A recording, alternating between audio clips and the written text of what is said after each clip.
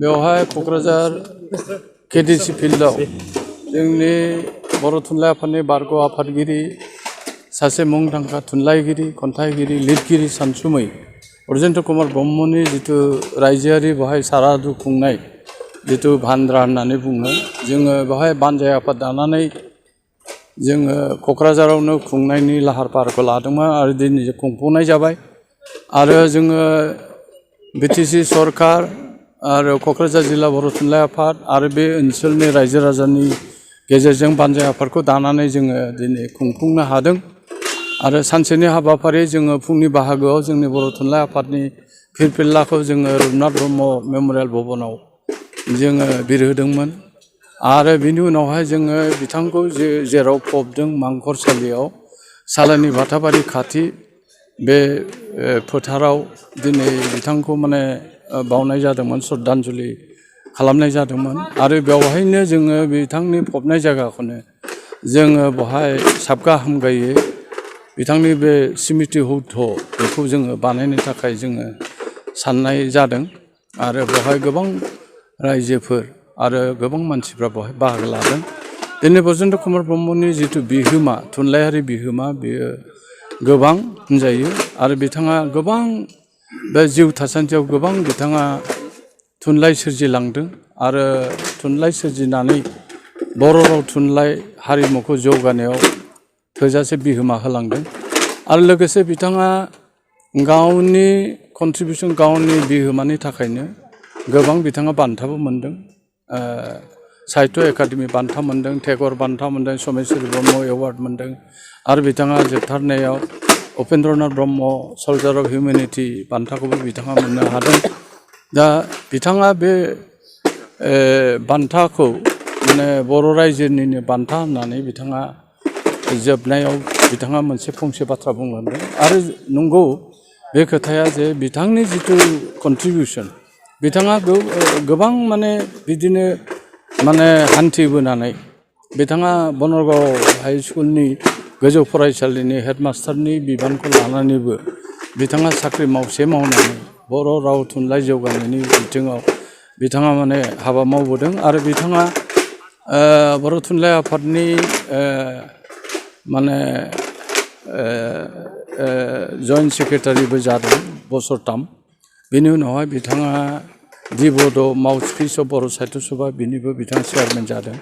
आरो राइटार्स एकाडेमिनि बिथाङा सुबुरुन्थाइगिरिमोन आरो बर' थुनलाइ आफादाव बिथाङा 2000 मायथाइनिफ्राय 2008 मायथाइसिम बिथाङा माने बर' राव थुनलाइ हारिमु जौगानायनि थाखाय खामानि मावलांदों आरो बिथाङा बे आफादगिरि जानाय समावनो जोंनि गेजेराव थानाय जिथुनिखि गुलाय गुजाय जोंनि गेजेराव थानाय जिथु खौसेथि गैयै बिथाङा गोजोन थासारि लाबोनायनि बेलायाव गोबां बाथ्रा बुंदोंमोन आरो बिथाङा बे जिथुनिखि बिग्रायारि जिथु जोंनि गेजेराव जादों बा जेंसि जादों बेखौ फोजोबनो थाखाय बिथाङा अराय माने बिथाङा हांख्रायोमोन आरो बेबायदिनो समाजनि दावगानायनि थाखाय बिथाङा गोबां माने जोंनि गेजेराव जिथु फारागथि दंमोन बेखौ सुस्रांनायनि लामानि दिहुननायाव बिथाङा गोबां बिहोमा होलांदों आरो बिथांनि दिनैनि बे बुब्लियाव जोङो बिथांनि जिउमाया जाहाथे सोरगोआव आलो गोजोन थायो आरो बियो इयुन जोलैनि बिथांनि जिथु मावथाय सानस्रि आरो साननाय बे जाहाथे इयुन जोलैनि मोनसे बिदिन्थि जानानै थायो। सरगियारि सारा बे सारादु खुंफुं आफादनिबो चेयारमेन